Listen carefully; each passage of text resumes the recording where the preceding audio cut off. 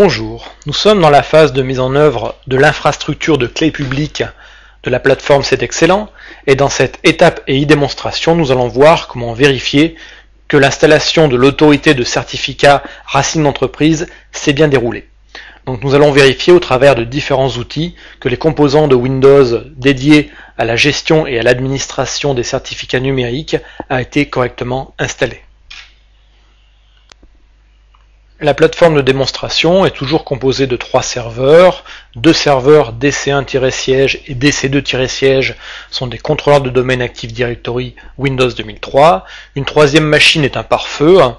Et là, nous allons travailler en fait au niveau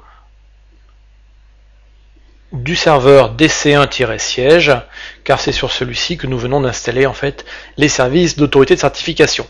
Donc c'est ici que nous allons vérifier qu'ils ont été bien installés.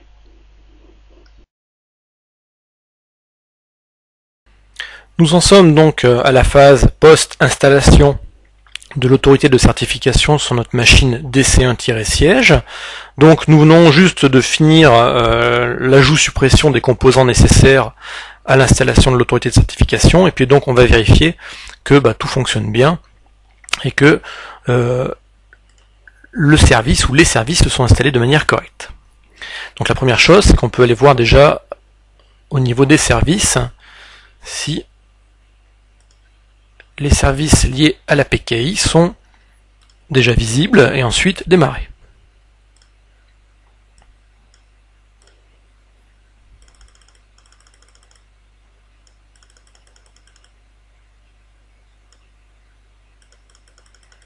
Donc déjà on retrouve les services de ZIS, c'est-à-dire toute la partie qui est en fait le frontal web pour les services de certificat. Donc on retrouve ici le site d'administration ainsi que un peu plus bas le site www, voilà, service de publication World Wide Web. Et puis ce qui nous intéresse plutôt ici, c'est les services de certificat qui sont donc bien installés. Donc voilà, ça gère les certificats pour le SSL, etc. On voit que c'est bien démarré et donc que tout va bien. Alors, on peut aller un peu plus loin si on veut, si par hasard on a des incidents. Il existe un fichier de log qui est généré lors de la création et l'installation de l'autorité de certification. Donc pour aller voir ce fichier, il est placé en fait dans le répertoire de Windows. Et puis ce fichier s'appelle voilà certocm.log et correspond en fait aux différentes étapes qui ont eu lieu lors de l'installation de l'autorité de certification. Donc on voit à quelle heure a commencé mon installation, et ensuite, étape par étape, l'ensemble des opérations qui ont été faites. Alors c'est vrai que, vu comme ça, ce n'est pas forcément très lisible. Par contre, si vous avez un problème d'installation d'une autorité de certification et que vous faites appel au support, à ce moment-là, il y a de grandes chances qu'ils vous demandent ce fichier. Donc si on descend un peu plus bas, c'est-à-dire jusqu'à la fin, on obtient ici l'heure de fin de l'installation, et puis on voit que la plupart des composants ont été installés, c'est-à-dire l'inscription du service d'annuaire, l'objet dans les services annuaires, la publication de l'autorité de certification, etc., etc. La création du certificat correspondant donc au premier certificat du serveur, et puis l'activation des pages ASP. Donc on trouve d'ailleurs la boîte de messages qu'on avait lors de l'installation qui demandait est-ce que vous voulez activer les pages ASP. Effectivement on en a besoin pour l'autorité de certification, et donc on retrouve l'ensemble des étapes qui ont pu avoir lieu dans ce fichier de log. Donc ici tout s'est bien passé, donc on ne va pas aller en fait plus loin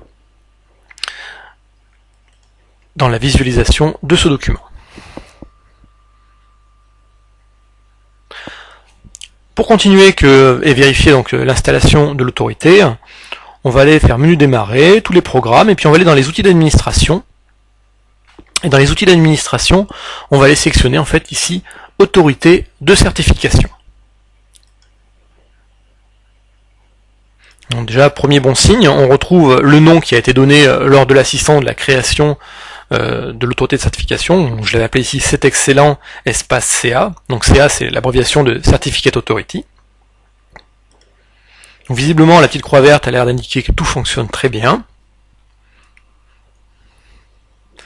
Donc je vais me placer sur ces autorités, faire bouton droit, propriété, Et puis ici, je sélectionne donc le premier certificat, donc certificat numéro 0. Je vais cliquer sur afficher le certificat. Et puis ici, en fait, je vais voir le rôle de ce certificat. Donc c'est le premier certificat qui a été émis. Il a été émis pour l'autorité de certification. Et il donne le droit à cette autorité d'émettre donc des certificats et donc de faire tout ce qu'il a envie au niveau des certificats. Si je regarde sur l'onglet détails, je vais retrouver ici un certain nombre d'informations. Donc le numéro de série du certificat, la version du certificat, qui l'a émis. Donc ici, c'est ma machine qui s'appelle c'est excellent CA. Dans le domaine Active Directory, c'est excellent.ad.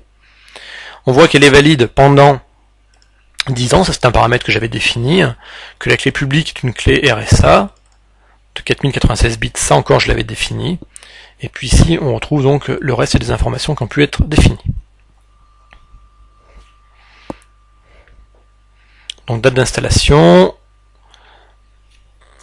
date de fin de validité, les clés publiques, et donc on dispose en fait de tout ce qui nous intéresse.